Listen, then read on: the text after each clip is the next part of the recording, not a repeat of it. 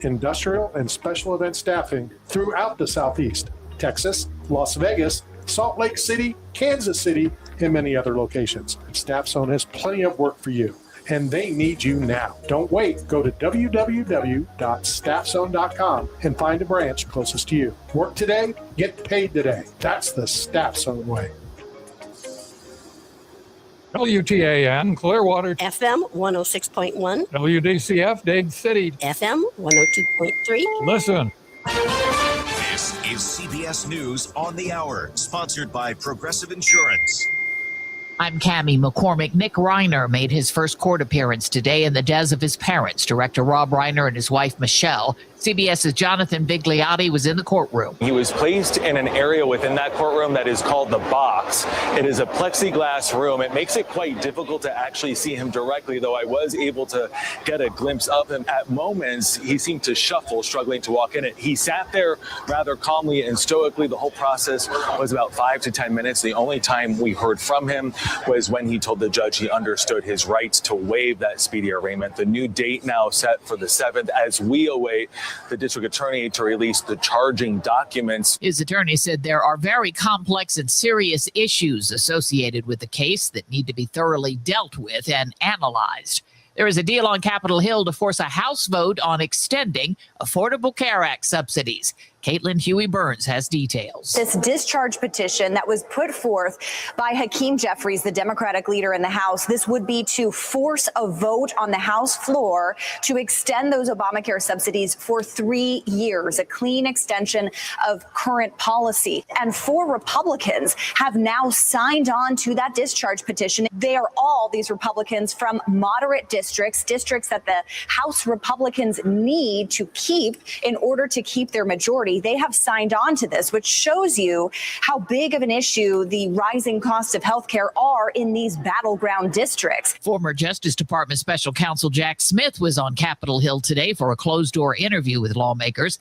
The Associated Press reports in his opening statements, he said his team had developed proof beyond a reasonable doubt that President Trump criminally conspired to overturn his 2020 election loss.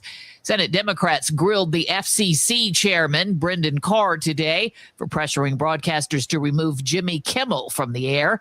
Carr appeared in a hearing before the Senate Commerce Committee where Democrats accused him of politicizing the agency. The Oscars are moving to YouTube. The Academy of Motion Picture Arts and Sciences announced that starting in 2029, the award ceremony will stream the event on YouTube. Reporter Matt Wolf. For them to go to a straight-out streamer like YouTube, this is pretty seismic. It speaks volumes about how big streaming is now in our society and with media in general. ABC, which has been the ceremony's longtime home, will continue broadcasting the event until 2028. Stocks are lower today. This is CBS News. Sponsored by Progressive. See why over 43 million drivers trust Progressive to stay protected on the road. See for yourself at Progressive.com. Tampa Bay's Tan Talk. Entertaining and informative radio for the Sunshine State. Hi, I'm Lawrence Taylor, and you're listening to Knockout Radio.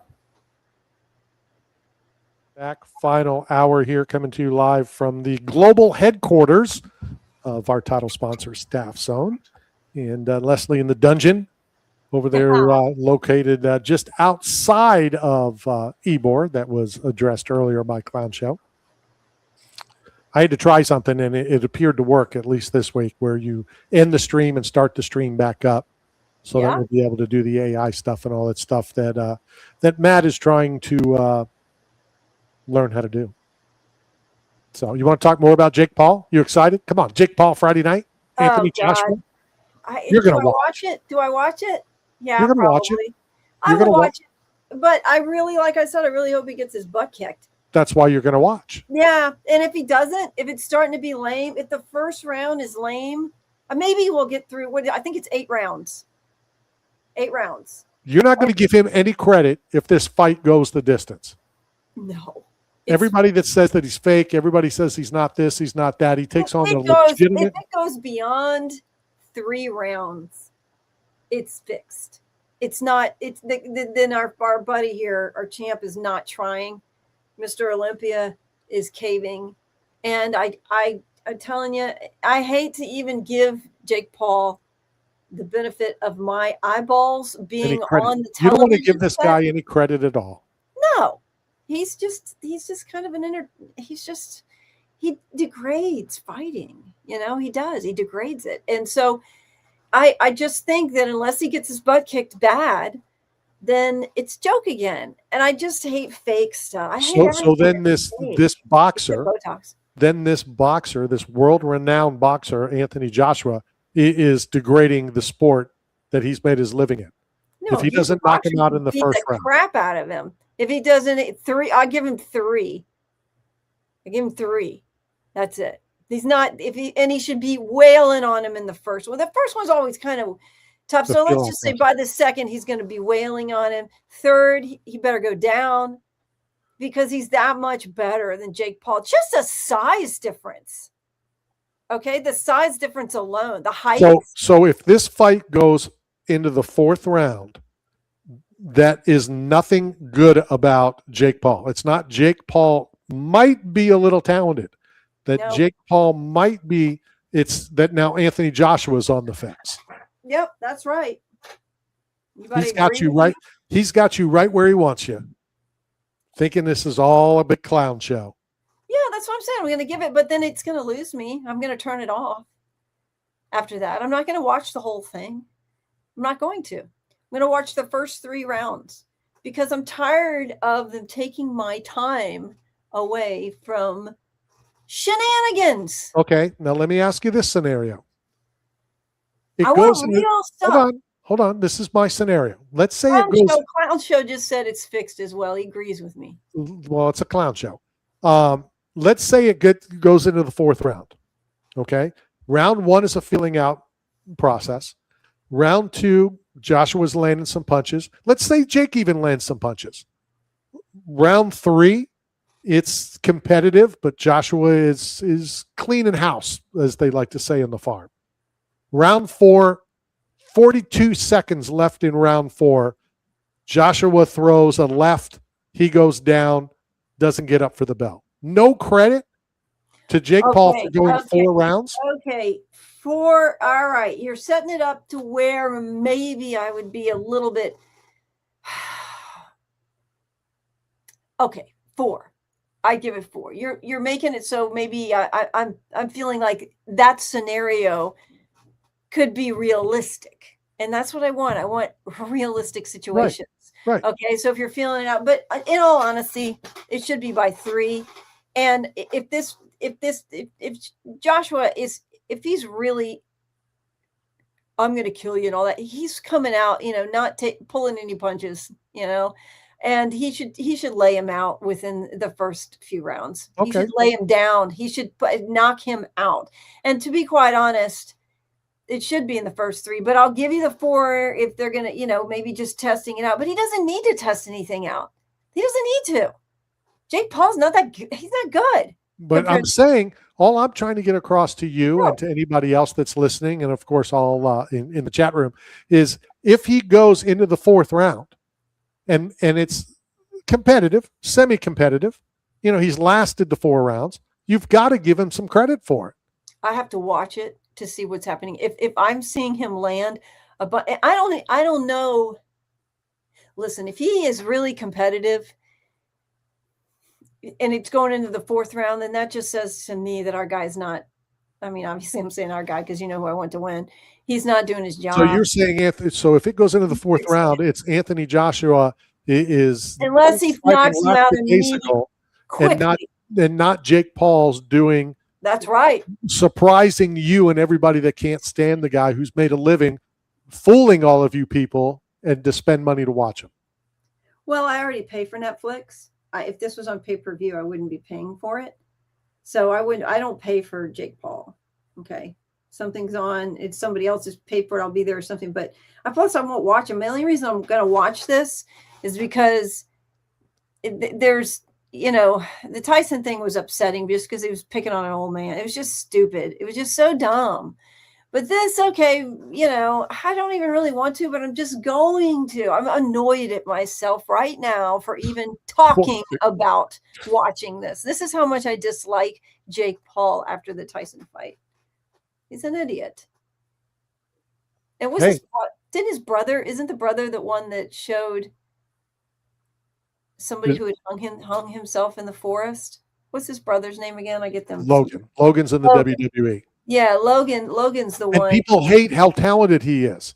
And what Logan has done in the WWE world, the scripted world. What Logan has been able to do, wrestlers that have been involved in professional, I'm doing the air quotes, for years can't do what Logan Paul has done. But people hate him because his last name's Paul, because they come from the reality world, the YouTube world, the scripted social media world. I'll tell you why I hate him. I'll tell you why I didn't hate Logan Paul. I mean, I don't mind if he comes from the scripted world and he's in WWE, but boxing and UFC is not scripted. It's not supposed to be. And so it's not, WWE's always been that way. The only thing about wrestling that's real is high school and Olympics. Other than that, it's scripted. But Logan Paul went into this very famous, I believe it's a Japanese forest, and it's been known for people taking their own lives and hanging themselves. And he went and he filmed some man hanging from a tree who had family and so forth. And did you know this? No. Okay. Well, it was a pretty big deal. And then The Rock kind of cut all ties with him after that, because he was so disgusted that he did that. And Logan retracted and said, I'm sorry, I shouldn't have done that. But you put that on social media, that's somebody's father up there hanging, I mean, it was bad. It's just anything to, get people to click on you, and you're already famous. It's not even like he's a nobody doing something like that. That would even make more sense. But when you're on that level, then to do something like that, it's just like, oh man. So it's Logan's fault, not the guy who committed suicide and not concerned about that he had a family. The guy committed suicide. Yeah. That's why I'm so strong in what I believe in suicide. Why did he commit suicide? I don't know. Exactly. I don't know. But he was selfish, and now his family is going to suffer because he committed suicide. So now somebody who has no idea what happened, what it just goes and for pure entertainment films, takes a picture of this man hanging his dead body in this forest and plasters it out on social media like cool. It's not cool. No, nothing about it is. And that's what I have the problem with. Obviously, I don't know either. So I'm not going to sit here and say why. I don't know anything about this man and why he chose to take why his life he felt was so bad that the world would be better off without him. Okay. Well, it's not even the world. It's not that the world would be better without him, that his family would be better without him. Well, we don't know. We don't know. I don't know anything about him, but the family is part of this world, and he was a part of this world. And so he decided that, and then it's almost like serendipitous. Well, look, somebody goes and puts your picture and plasters it up. It's almost like, well, there you go. It's some lousy stuff in this world. So I don't have any respect for Logan Paul after that. I just don't. I mean, there's so many. He didn't have to do it. He's Logan Paul.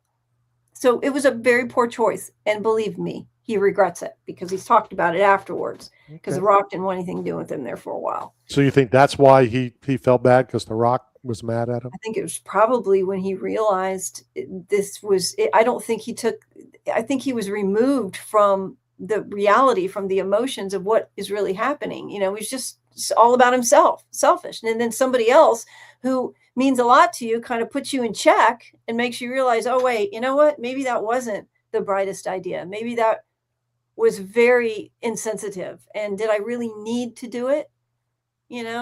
What's the pros and cons? Am I going to lose my viewership? Am I going to become this world famous blogger from putting up this thing? No, none of that. It's clicks. You became a jerk. You got some clicks. You got more clicks, and you became a jerk, a real jerk, and probably hurt people for a few more clicks. Also, you've got to weigh things. Like, you know what I mean by that? Like, you have to weigh. Yeah, you've got to weigh, the positives with the negatives on stuff like that. Is it also in just disclosing some of the things we learned in journalism?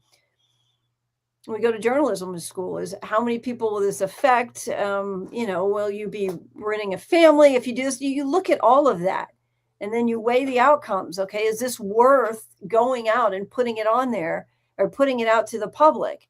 If you can make big enough change, or is this something that's not going to make change but just destroy a family?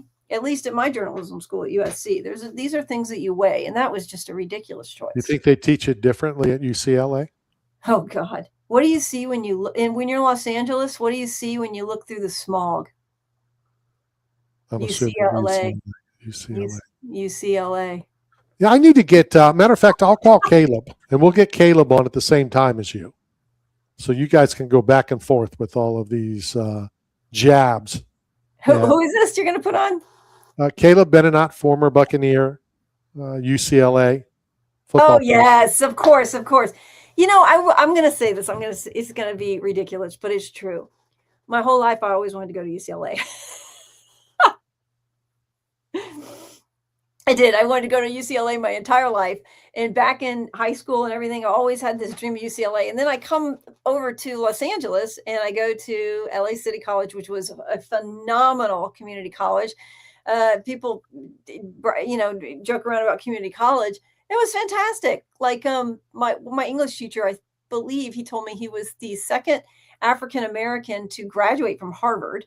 And he was tenured at UCLA. And then he came back to local community college because he wanted to give back. Well, there was like amazing people at the schools in Los Angeles. It's a great place to get an education. Then my grades were good enough that I knew that I was going to be able to get into UCLA because they have a great program of transferring, or Berkeley or USC, all these places. But guess what? UCLA doesn't have a journalism program. UCLA doesn't have a journalism program. They have this mass comm BS thing that they do. It's like theory of communications. And I wanted to do hands-on journalism and journalism. So UCLA was a freaking quarter the price of USC. And I had to go to USC. Of course, I'm glad I did. But that's why I ended up going there. I think the important question is, how many times have you been to Philippe's? Where? What? Where? Philippe's? Philippe's? No. The French dip, the place where they invented the French dip. The French dip was invented at Philippe's in LA. What is wrong with you? Oh, gosh. There's a famous hot dog place I would always go to. Pink's. Yeah. There's always like a line around the block. That's where Brad Pitt staged that whole kidnapping. Remember? No. Yeah. These guys throw him in a car and everyone was calling 911. The police were so mad because they went looking for him, but he staged his whole fake kidnapping. Well, then he should have gone to prison, just like the other guy. He had to pay a lot of money. Whatever Jesse's last name is, who went to jail for doing something similar. Yeah. But you've never been to Philippe's? Oh my goodness! You need to go back. I don't know. I know how to put it in the Google and hit directions. Now, has it always been around? Like when? Yeah. Huh. And this is how good Philippe's is. So if you're listening and you ever go to LA, this is how good it is. When we went out and covered Tito Ortiz fought Chael Sonnen, and I went and I invited Kevin Carter to go with us to Philippe's, and it was such a long drive, and he was not happy with me the entire drive until we ate. And then he's like, I understand why we came here, because this was unbelievably awesome. Philippe's, the original in Los Angeles, serves the iconic French dip sandwiches, according to AI. That's where they invented it. On French rolls with thinly, I like the thinly sliced roast beef. It's a great sandwich. Dipped in a rich, savory au jus, known for its spicy hot mustard and custom dip styles. One of my God, it's been in LA. You're not going to believe this. Since 1942. 1908. Oh, I guessed. 08. It's one of my it's one of my favorite sandwiches, and it equals from Schwartz's Deli in Montreal, the smoked meat sandwich. Wow. I take my journalism of food very well and very important. Oh my All right, let's go hit a real quick break, and we will continue just chatting about really whatever comes out. H will be on for his segment. We got to come up with a name for that. So think about it. You got 2 minutes to come up with a name for the H segment that always ends the show, or will now always end the show. This is Knockout Radio, brought to you by 8 Man Strong and Staff Zone. We'll be right back.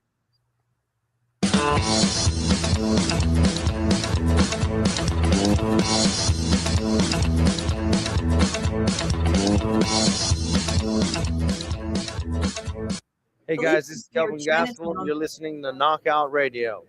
Got bills and looking for work, but nobody is hiring? Staff Zone is, as the leading provider of commercial construction, industrial, and special event staffing throughout the Southeast. It's about 10 minutes from my Las house. Vegas, Salt Lake City, Kansas City, and many other locations. Staff Zone has plenty of work for you, and they need you now. Don't wait. Go to www.staffzone.com and find a branch closest to you. Work today, get paid today. That's the Staff Zone way. You're hungry. Where do you go to eat? Berg Sports Bar and Grill. You want to have a drink? Where do you go? Berg Sports Bar and Grill. Having a get-together with the guys from the softball team? Where do you do it? That's right, Berg Sports Bar and Grill. Located at 1320 Central Avenue, St. Petersburg, right across from Tropicana Field. Berg's is the best place to take the whole family for food and fun. Going to a Rays game? Have dinner before the game at Berg's, and after the Rays win, come and celebrate with all your friends at Berg's, right across from the Trop. So come down and see Berg and the whole gang at Berg Sports Bar and Grill. Berg Sports Bar and Grill. At West Florida Roofing, they know how much of a financial burden a new roof can be. So not only do they offer extremely competitive prices, but they are offering up to 130 feet of gutters and downspouts absolutely free with a full roof replacement. Plus, financing is also available. I recently hired West Florida Roofing to replace my entire roof, and I couldn't be happier. From contract to cleanup, they did an amazing job. Call Joe today at 813-282-4000. Check out fantasypets.com, where fantasy meets cutting-edge technology. We create breathtaking 3D printed fantasy creatures that captivate hearts and minds, from the T-Rex to the dragons and the shark to the crocodile. Every fantasy pet is a testament to our dedication and precision and quality. You can request custom designs and bulk pricing as well. Go to fantasypets.com. That's fantasypets.com. Hi, I'm Jennifer Fia with Remax Realty Unlimited. 813-494-4873. For 29 years, I've had the honor of helping families across Tampa Bay find their perfect homes. As a national ranked award-winning agent, I pride myself on having the best customer service and deep local knowledge. Whether you're buying and selling in Tampa Bay, I'll guide you every step of the way. Jennifer Fio, 813-494-4873. Let's make your next move your best move. 8 Man Strong is not simply about the biggest or strongest. It's about those who have survived true lows, suffered, faced demons real or in their heads, and are fighting to come back against it all. If you live with a passion for greatness and strength and resilience towards all obstacles that may attempt to derail you, if you're bold and aggressive in the pursuit of the things you want in life, if you are meant to overcome everything that stands in your path of reaching your goals, then you are 8 Man Strong. Hi, this is Richard Karn from Home Improvement, and you're listening to Knockout Radio. All right, we are back. Final, I don't know, we got a segment and a half left. H-bomb. Did you come up with a name for me yet? Man, I'm still thinking here. Okay. H-bomb I like. The H-bomb. Yeah, I mean, I got banned on Facebook once because I put a post up. It was during the World Series, and I said Bryce Harper hits a bomb in Philly, and I got banned for 30 days. Why? Because I used the word bomb. What year was this? Last year, maybe the year before. Really? Whatever Philly was, yeah. You know, because what's a home run called? It's called a bomb. Yeah, that's weird. It's especially like now Oklahoma City, I could understand, but Philly, but still, it's taken out of context. It's taken out of. That's what I mean. Like a super sensitive place might be Oklahoma City because of the famous bombing there, or even like I don't know, the Atlanta. Like, but Philly is, you know. If there was a baseball team in Oklahoma City and a dude hits a home run and it's like the bombs that Barry Bonds used to hit into the water, it's called a bomb. Yeah, it is. I'm not trying to make light of some awful terrorism and whatever. It's a bomb. Bryce Harper hit a bomb. 30 days. We'll see you in 30 days. That's crazy. And I'm going to guarantee. Who banned you? Who banned you? Facebook. I'm going to guarantee the Tampa Bay Buccaneers win on Sunday in Carolina against the Carolina Panthers. You're gonna Joe Namath the Bucks against the Panthers. I'm gonna guarantee it. You know how? I'm gonna bet on the Carolina Panthers to win. Randy, why don't you just give me your money to me? From what I've been told by the experts, Carolina is not very successful when they're favored. Listen, Carolina. Now, granted, I can't believe we were handed that lovely win from the Aints. Yep. Nobody thought that was going to happen, but look, the Aints are playing better. I mean, they beat us. They're awful. They're awful. Yeah, but they were able to beat us and Carolina, where I felt like the Aints played better than the Atlanta Falcons. The Atlanta Falcons continuously tried to give us the game over and over again, and we still snatched defeat from the jaws of victory. You mean something like 2nd and 39 or 27 or whatever it was? It's still hard to comprehend what the Tampa Bay Buccaneers have been doing in the last couple of weeks. Yeah, and maybe some good commentary from H about that too when we have him coming in later on the show from WMOR-TV. When he drops the H bomb. Yeah, to me, I think you've got to look at the offensive calling. We can get into it later, but it's very offensive. Yes, offensive calling is very offensive. And, I don't know how much head coach offensively, how much of this is going back and forth. I mean, I know everything goes through. How can Todd Bowles not be let go? How can he not be fired at the end of the season? And honestly, well, because there's Sunday, the offensive coach is new. He threw his whole team under the bus. As the head coach, you do that in the locker room. The stuff that he said and his F-bombs, which is definitely out of character of Todd Bowles. Yeah. It was fun to watch, but now what they say, losing the locker room. Are you now losing the locker room? They're professional athletes. They blah, blah, blah, blah, blah. You really think that he should be fired? I mean, when after? You mean in the season? Who the hell is going to replace him? We're not a bad team. We just have problems. And I think well, if we're not a bad team, then we have bad coaching. Yeah, because we've got depth and everything. Well, I think it's Mike Evans did everything but stand on his head and catch with 4 arms. Well, Ibuka's having some rookie problems. I don't buy that. I'm sorry. I mean, I'm not a professional athlete, but you make that catch game 1, you should make that catch game 16. Was it a bad pass? It wasn't the greatest pass in the world. This is why he's very high on dropped passes right now. Here's what I have said mainly about baseball, but I'm going to say it. I'm going to say it about the NFL and pro football. I could play in the NFL. Yeah, you could play the fiddle on the sideline in the NFL. I could play. I could make those same mistakes. I take that back. Not the fiddle, more like the recorder. I could let a ball go right through my hands. They're pro athletes. It hits you in the. I understand if it doesn't hit. If it hits you in the hands and you're a wide receiver, I don't care how tired you are. How do you not make the catch? It hits you in the hands, or in that particular case, that was a touchdown. It went through your hands. Yeah, I agree with you. It's aggravating. It truly is. Yeah, when they pay that kind of money, it's really gross. But it's their job. But they can't be perfect, because then otherwise, if everybody was perfect, it would be a boring game. Okay. Can you explain one thing that Todd Bowles said? Can anybody that's in the chat room, can anybody that's listening? Todd Bowles said, that you need to take this more serious. You need to this, you need to that. It's not your job. It's your livelihood. What? Your job is your livelihood. It's not your job. It's your livelihood. Yeah, it's your job. Your job is to go out there and perform. Are there mistakes? Of course, there's mistakes. I get that. Bad passes, I get. When a ball hits you in the hands, how long ago, roughly 8 weeks ago, we were talking about the rookie wide receiver being rookie of the year. How long ago, roughly 8 weeks ago, we were talking about the quarterback being the MVP.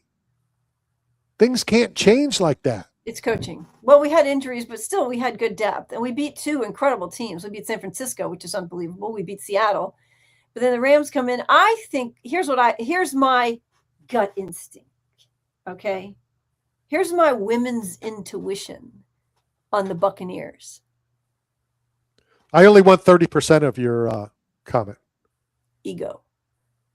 I think I believe that they think that they were better than they were. They started getting ahead of themselves. They started, their heads started blowing up inside, thinking they were really great. I think they got distracted with the fact that they were being talked about so much. And I think that I believe that they got in their heads with it and got too confident. Then you know who we blame for this? Then you know who we blame for this? No, not the coach. Those 6 guys that have the C on their uniform.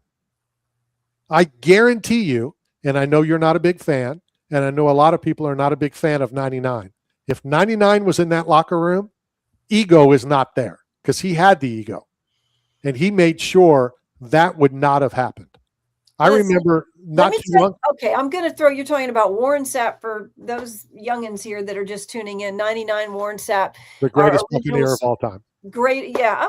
Well, aside from Tom Brady, I would agree with that. I would agree with that. We can agree to disagree. But Warren Sapp, hands down, and I believe the greatest at his position. Compare records, compare stats of Warren Sapp on the Tampa Bay Buccaneers and Tom Brady on the Tampa Bay Buccaneers. Same amount of Super Bowls. But Brady was, yeah.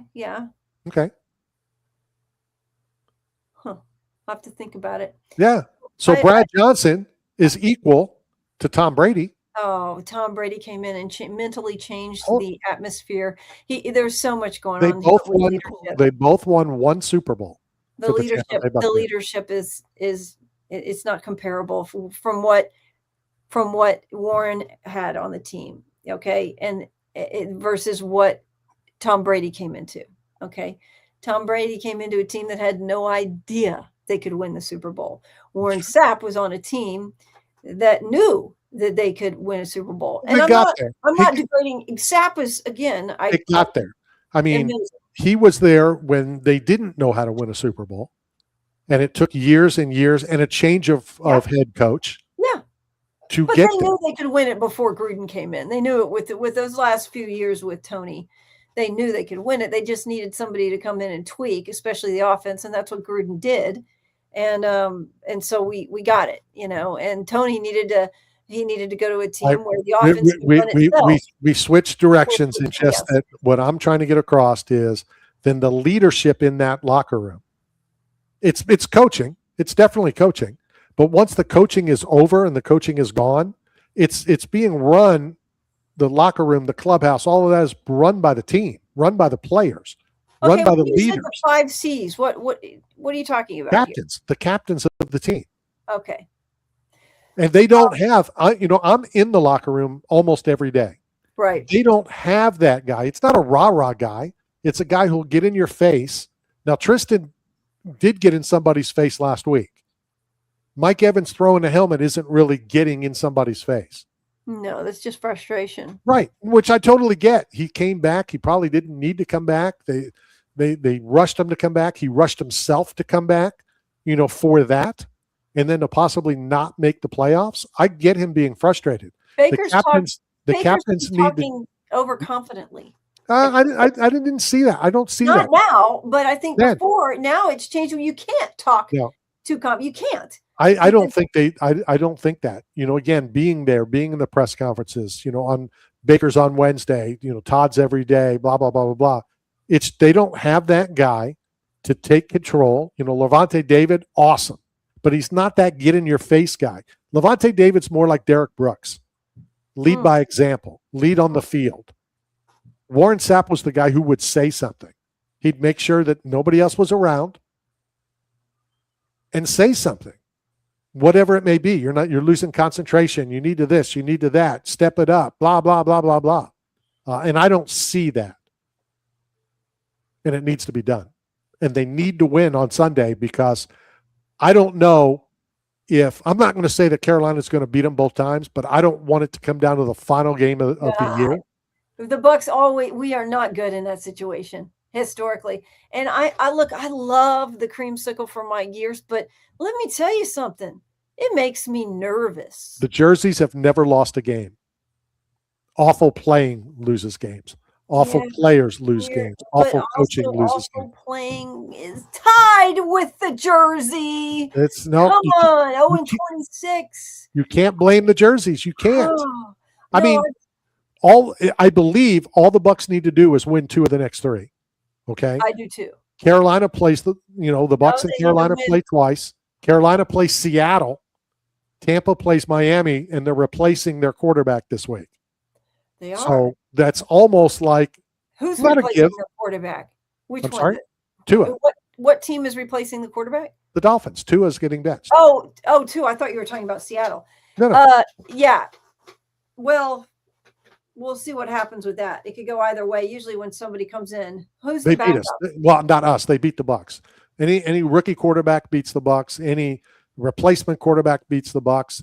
Why do you say that? With 'cause Miami? check the stats. It's crazy.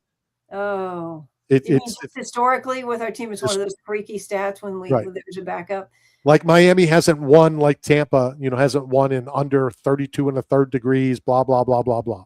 Oh, really? It's one of those stats. I did not know that. Is it specifically with Miami, or is it specifically any team that they? No. Well, they talked about that from the Monday game. That again, I lost that whopping $1 bet at Hard Rock.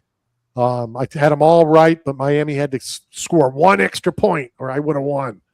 I bet on last night's basketball. You know how much I know about basketball? Oh gosh, I would never bet on basketball. Once remember all the big referee scandal about 10 years ago? They're all fixing the points. Yep. I would never do it. It was worth $1. Hey, it made me watch the game, but I could have won like, I don't know, 26, 21, something like that. It was cool. You could have won $26 off of $1. That's not even a tank of gas, Randy. Yeah, but it's a couple burgers. It'd be all right to get a couple burgers. All right, so you want to run down some games? You want to talk some NFL? Since there's no UFC for the next couple weeks. The next UFC I'll be at, which will be the Paramount card, which you're going to watch because you get Paramount. I do get Paramount Plus. Big game tomorrow night. Rams in Seattle. Yeah, that's going to be a good one. We want the Rams, right? Don't we want the Rams to beat Seattle? Because then Seattle will be so pissed when Carolina comes next week. Oh, no, that's again, let me be real honest. I don't care if Tampa wins or not. I live in Tampa Bay. Yeah. If this was the 0-2 team, blah, blah, blah, blah, I'd feel differently. It's good for the city. But I was going to talk about this the other day. I'm torn. So if I make that big wager for Carolina, which means Tampa's going to win, do I want to win for myself financially, or do I want the Bucks to win for the city, for the players, for the coaching staff that's doing an awful job, for the leaders that are not doing a lot of leading? You want the Bucks to win, Randy, because you're a Buck fan. Well, I'm not a Buck fan. Yes, you are. I'm not a Buck fan. You're like a turncoat if you're not a Buck fan. Why? You live in Tampa. Now you're saying you're not a Buck fan. You're from Philly, and you're not an Eagles fan. What is wrong with you? Well, I was becoming an Eagle fan, but my boy got hurt. I know. My cuz, Charlie Hewlett, man, 47, folks. They got to let him keep his number, which I really like too. Long snapper for the Eagles, 10 years on the Brown, pumping him up right now. I was so bummed. He was just so excited to go from the worst to the first. So I don't know if I don't know if I've told this story on the air. I know that I told you. So the Eagles are in town. Yeah. And I go into the locker room and I'm standing right at the very front. It's where the special teams guys are, the kicker, the punter, and the long snapper. And they're not giving me the time of day. They're changing, they're getting ready to shower. I think he just got out of the shower. So after about a couple minutes of standing there awkwardly waiting to talk to him, but they're talking among themselves, so I'm kind of waiting. I'm like, I kind of feel awkward just standing here, and I just wanted to come over and introduce myself. Your cousin, and as soon as I said your name, his total demeanor changed. He went from blocking out the media, not wanting to be involved in talking to the media, too. He was very disappointed his cuz wasn't at the game. Oh, I would have loved to have been at the game. Yeah, I'm just so excited. I remember when he let Charlie really enjoyed going to the Browns. He has a great story behind him. He is a Hillsborough High School alum, graduated. UCF, right? He went to college at UCF, right. And it's a good story because USF wouldn't even give him the time of day. It was nothing, and he was actually a tight end.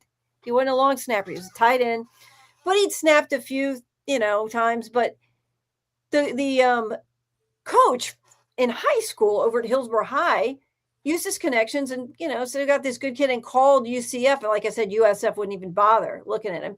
Called UCF and got him at least, this audition, I'll call it. He's an actor in audition, but a tryout, right? Yeah.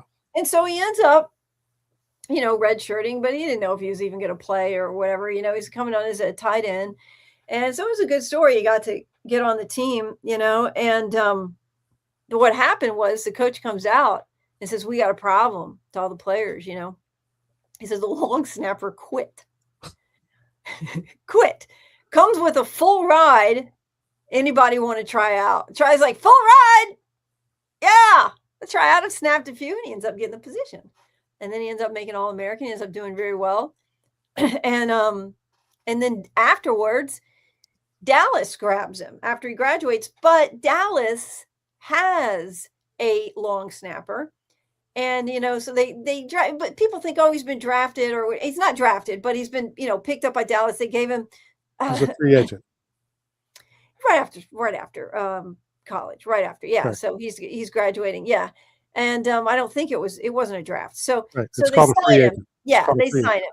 It's Right. it's weird to think of free agency when you're right out of, but yes, technically, I guess that's what it would be under. So they end up giving him a bonus. I think it was like $8,000. I think that's what it was. But really, what's going to happen is you're just being brought on the team As a body. to sharpen up the veteran who's starting to get attitude or starting to slack. They bring in this young gun who's really good, and so of course And hungry. and thinks $8,000 is the most money on the planet, right? You're coming out of college and you're just like, oh my God, they're going to give me this bonus of $8,000. You're probably taking home $5,000 of it, and you're so thrilled. And then you get on the team and you're in the preseason, and then right after the preseason's done, you're cut, right? So Charlie kind of went through that, never really making a team for a few years.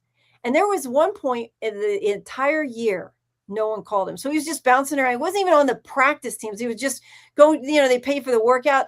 And he said when he went to New England called him up. He says, I was actually out of money. I didn't even make when I would go to New England, I wasn't even making the costs that it took me to fly up there. So then a whole year goes by, and Charlie just stays fit, and he starts, keeps in the working out, and he keeps going to the camps and stuff. And the Browns call him because their guy started screwing up, and boom, just like that. He didn't even know if he was going to be in the NFL. At some point, reach out to him because I'm curious. I would like him to compare, and I know we need to hit this break because the H-bomb is coming up momentarily. I'd love for him to compare the fan base. We know that it's insane in Cleveland. We know what it is in Philadelphia. And I would be curious his comparison of the two. All right, let's go hit our final break of the afternoon. Coming to you live from Staff Zone's global headquarters here in Roswell, Georgia. Leslie, somewhere over there near George Steinbrenner Stadium. And the H-bomb, it's a secret. We're not telling you where he's coming from, but we'll be right back.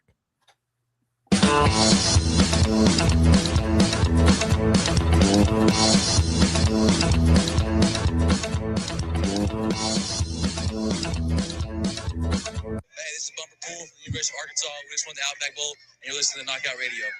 8 Man Strong is not simply about the biggest or strongest. It's about those who have survived true lows, suffered, faced demons real or in their heads, and are fighting to come back against it all.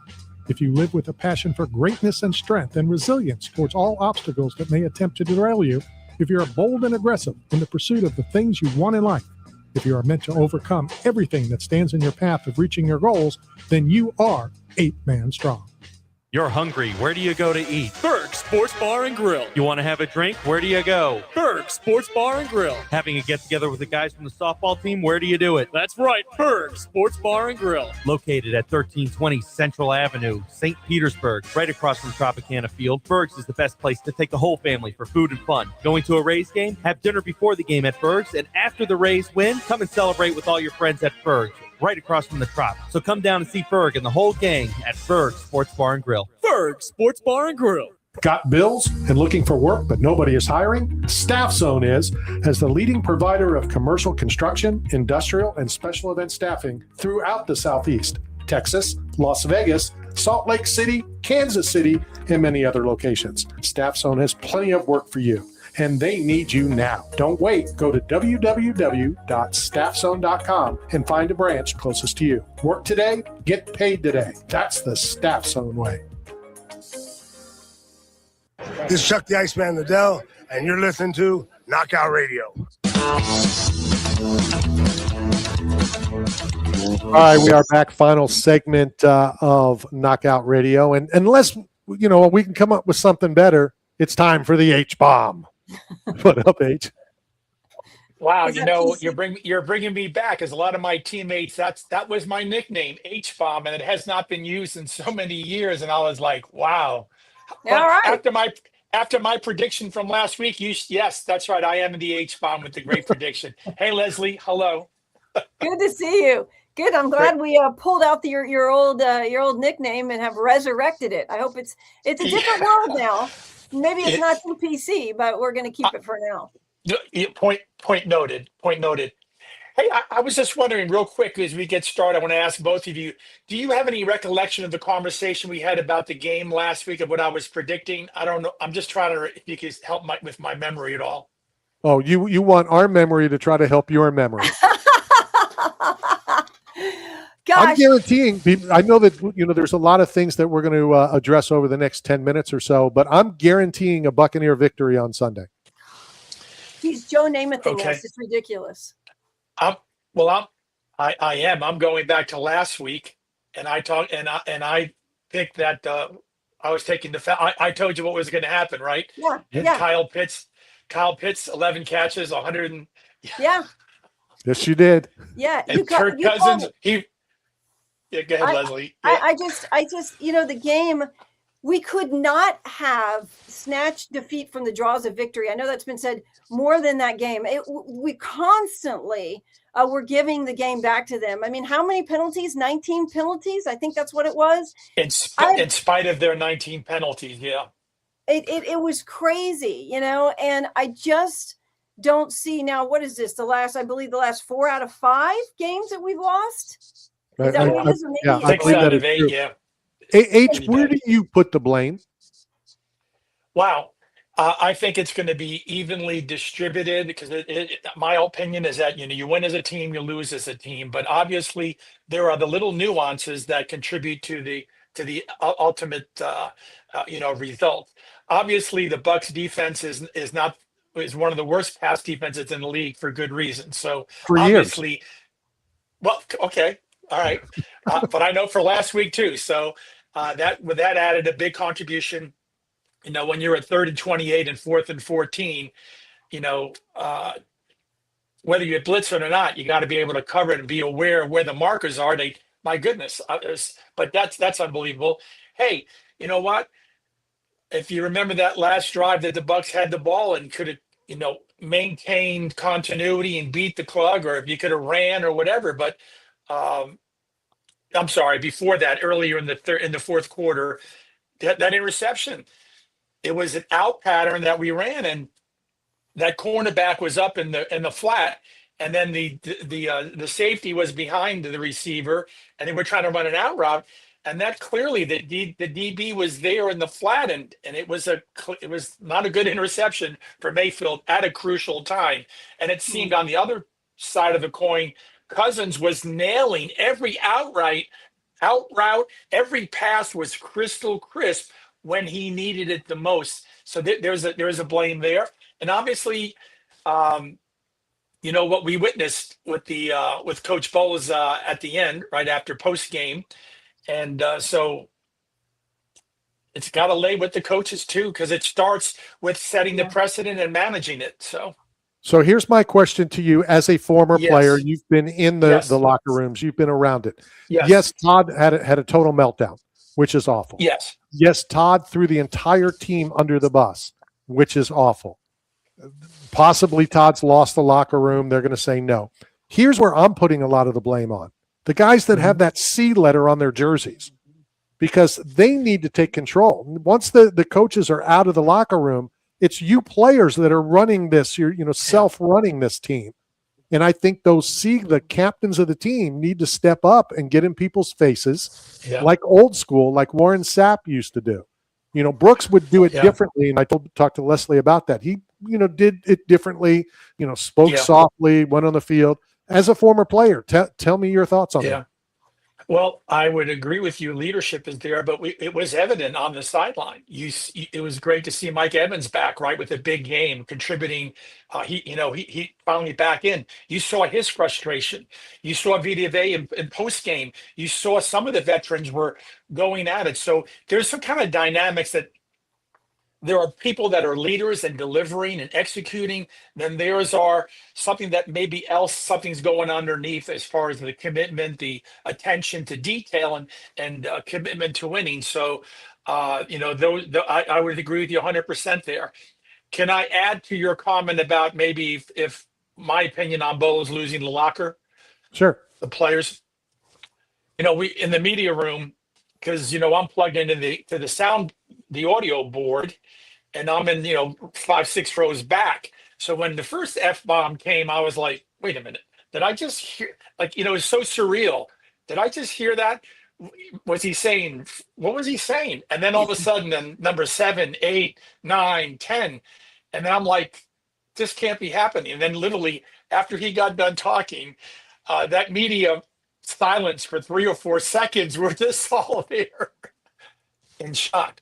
Right. But do I think he's lost locker room? Here's my opinion. Because of his consistency, of his personality, his demeanor that I've witnessed in the media, watching it year after year, and the type of man and the integrity of the type of man that he is. When players see that, okay, maybe he threw them underneath the bus. He did, right? With all the coaches we've done, that's kind of like a give up, because it's up to the coach to mold the player, to do the player and execute and deliver. But I think it could work to the advantage where, wow, coach went all the way out here. Never seen them like that. I love the man. I play for them. I'm just saying, if I'm looking at the coach, his consistency, he's not dogging us every week, and that's his personality, because there are coaches, you lose that respect. So in that regard, maybe this, in a way, we're going to find out Sunday if that gets an extreme attention, and it could work in a positive way. So do I think he's lost the locker room? Maybe, but I think maybe not. So it's not a definite. Yeah, well, like you said, I guess we'll see that on Sunday. If it's the same mistakes, I don't know if that's losing the locker room, but you've lost the team. You've lost most likely your job. I don't know. Do you know his contract-wise how many years he has left? Because the Glazers He just signed a new deal. Yeah, that's what I thought. He just signed a new deal. He just signed a new deal this year. They went with them. And the reality is that anytime, regardless, we put up 28 points, we've got to be in a position to win, and having all the lead and all that going into that fourth quarter, just a total meltdown. So the Mayfield interception that allowed them to come back within a couple of points of the game was a critical error. And then the defense Cousins, just any team who it is they just cut them up and just continues to move the ball effortlessly, no matter what the situation might be when we need it the most. Thoughts on, Leslie, I'm sure you got a question, but thoughts on them bringing JPP back? I know he's on the practice squad right now. They brought him in allegedly, locker room, this, that, the other. Do you think he'll have, any appearance? I think it's going to be hard. When I got cut from the NFL, the USFL, I took a few years off, and I tried to get back. Even when that's from a young age, I was trying to come back and make an attempt in getting back. And when you're gone for 2 or 3 years, and had his age in the latter part of his career, having that 2 or 3 window, just the intensity and the ability to, I just think maybe it's good to have leadership in the locker room, maybe great, but I don't see it. I don't see the capability there. I think the thought's nice, but I don't see it, Randy.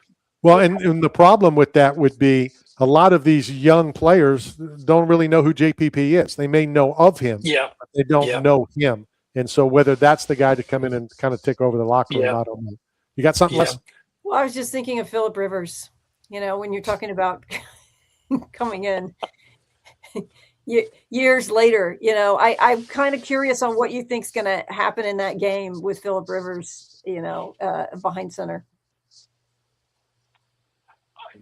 I think the quarterback has a better opportunity than a guy that's going to be pounding against 325 pound, in the offensive line as he's coming off the edge trying to make some things happen. I think the quarterback, I just remember even, back when I'm going back years ago when Bobby Hebert was the quarterback on the USFL, and I was able to catch a TD pass and scrimmages with Bobby. And really, I had a guy, Freddie Bolitnikoff was my receiver coach. And then we had Freddie Bassina at quarterback, and he was the old guy, the gunslinger. So those quarterbacks, man, that's the benefit of a quarterback. And you look back at history, right, with Kilmer and all those guys in yesteryear. So, hey, I think there's more opportunity with him than an edge rusher being removed 3 years. Yeah, right, so his protection's good. Since we all know that I forget a lot of things, write a little note down for me to tell you the Bobby Hebert story when the final game of the season, when we sit next to each other out there in the press box. Oh, yes. We'll have one more rendezvous. Okay. You'll definitely get a kick out of that. Maybe another one with the playoffs. Hey, keep it positive, right? Well, we'll definitely have one. All right, so with only a couple minutes left, about 3 minutes left, I'm going to let you pick. Do we talk about Miami and Tua being benched, or do you want to talk Jake Paul and are you up on boxing at all, or Jake Paul's boxing? Oh, the boxing. Well, we're up. Well, we're playing the Panthers this week, right? The Bucs are playing the Panthers. Right. Correct.